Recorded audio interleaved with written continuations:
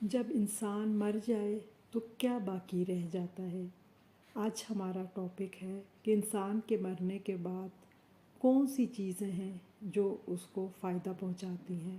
تو حدیث کے تناظر میں دیکھتے ہیں، نبی کریم صلی اللہ علیہ وآلہ وسلم نے فرمایا، جب انسان وفات پاتا ہے تو اس کے تمام اعمال منقطع ہو جاتے ہیں سوائے 3 چیزوں کے۔ نمبر 1 صدقہ جاریہ، نمبر 2 نفع مند علم، نمبر 3 نیک اولاد جو اس کے لیے دعا کرے۔ مسلم کی حدیث ہے یہ 3 چیزیں ایسی ہیں جو مرنے کے بعد بھی انسان کے لیے اجر و ثواب کا ذریعہ بنتی رہتی ہیں۔ آئیے ان کی تھوڑی سی تفصیل سمجھتے ہیں۔ صدقہ جاریہ سے کیا مراد ہے؟ جاریہ جیم را یا اس کا روٹ ہے، یعنی وہ نیکی جو جاری رہے، جو بہتی رہے۔ صدقہ جاریہ وہ نیکی ہے جو مرنے کے بعد بھی مسلسل فائدہ پہنچاتی رہے اور اس کا ثواب برابر ملتا رہے۔ عام صدقات وقتی ہوتے ہیں، مگر جو صدقہ جاریہ ہوتا ہے وہ ہمیشہ جاری رہتا ہے۔ نبی کریم صلی اللہ علیہ وآلہ وسلم نے فرمایا، سب سے بہترین صدقہ وہ ہے جو طویل مدت تک جاری رہے۔ بخاری کی حدیث ہے 5351۔ آئیے صدقہ جاریہ کی مثالیں دیکھتے ہیں۔ جیسے کوئی مسجد، مدرسہ یا اسلامی اسکول کی تعمیر کر دی جائے، کوئی کنواں یا پانی کا نل لگوا دیا جائے، قرآن کریم کی اشاعت اور تقسیم کر دی جائے، درخت لگانا جو سایہ اور پھل دے، ہاسپٹل، یتیم خانے یا رفاہی ویلفیئر کے ادارے قائم کرنا، فقیروں اور مساکین کے لیے مستقل مدد کا بندوبست کر دینا۔ آج کے دور میں صدقہ جاریہ کے کچھ جدید طریقے بھی ہیں۔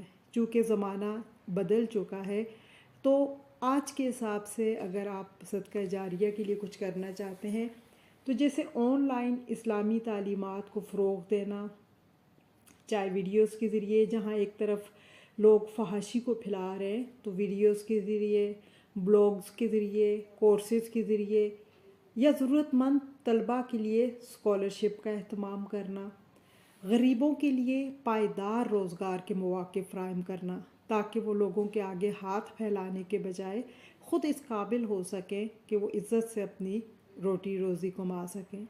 یہ تمام کام جب تک لوگوں کو فائدہ پہنچاتے رہیں گے، ان کا اجر بھی صدقہ دینے والے کو ملتا رہے گا، چاہے وہ اس دنیا میں ہو یا نہ ہو۔ دوسرے نمبر پہ ہے نفع مند علم، یعنی ایسا علم جو لوگوں کو فائدہ دے۔ علم کی بڑی فضیلت ہے، خصوصاً وہ علم جو دوسروں کی دنیا اور آخرت سنوار دے۔ اب نفع مند علم کی تھوڑی سی ہم دیکھتے ہیں کیا کیا صورتیں ہیں۔ دیکھیں، جیسے قرآن اور حدیث کی تعلیم دینا، دینی کتب یا تحقیقی مواد لکھوانا، اچھے اخلاقی اور دینی مسائل سکھانا، اسلامی اسکالرشپ یا ایسے مدرسے جہاں پر دینی تعلیم کو فروغ دیا جائے، کسی کو خود نیکی کی بات سکھا دینا یا دین کی ایسی باتیں سکھانا جو وہ آگے پھیلائے۔ اگر ہم کسی کو نیک بات سکھائیں گے یا کوئی نیکی کا کام سکھائیں گے اور وہ آگے پھیلاتا جائے تو ہمیں بھی اس کا اجر ملتا رہے گا، چاہے ہم اس دنیا میں موجود ہوں یا نہ ہوں۔ تیسرے نمبر پہ آتی ہے نیک اولاد، وہ نیک اولاد جو دعا کرے۔ اب نیک اولاد کی کیا نشانیاں ہیں؟ کون سی اولاد نیک اولاد کہلائے گی؟ جو فرائض کی پابند ہو، والدین کے حقوق اور دیگر حقوق العباد ادا کرے، حلال کمائے اور حرام سے بچے، اللہ کے قریب ہو اور دعا گو ہو۔ اولاد میں کون کون شامل ہے؟ اولاد میں صرف اپنے بیٹے بیٹی نہیں بلکہ پوتا پوتی، نواسے نواسی، ان کی اولادیں بھی سب اولاد میں آتی ہیں، اور وہ بھی جب تک دعا کرتی رہیں گی تو آپ کو اس کا اجر ملتا رہے گا۔ اگر کوئی شخص خود نیک نہ ہو تو کیا اس کی اولاد کی دعا قبول ہو سکتی ہے؟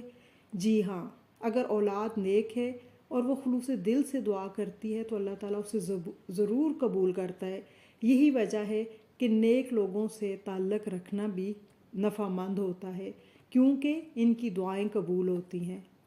تو آج ہی سے کرنے کے کام کیا ہیں؟ کہ ہم نے کوئی نہ کوئی صدقہ جاریہ کا کام شروع کرنا ہے، اپنے علم کو دوسروں تک پہنچانے کی کوشش کرنی ہے، اور اپنی اولاد کی دین کی تعلیم پر خصوصی توجہ دینی ہے۔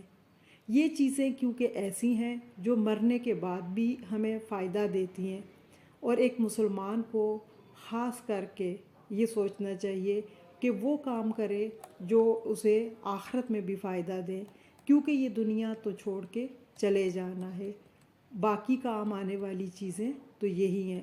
تو یہی ہمارے لیے آج عملی اقدامات بھی ہیں، اور یہی آج کے سارے لیکچر کا خلاصہ بھی ہے۔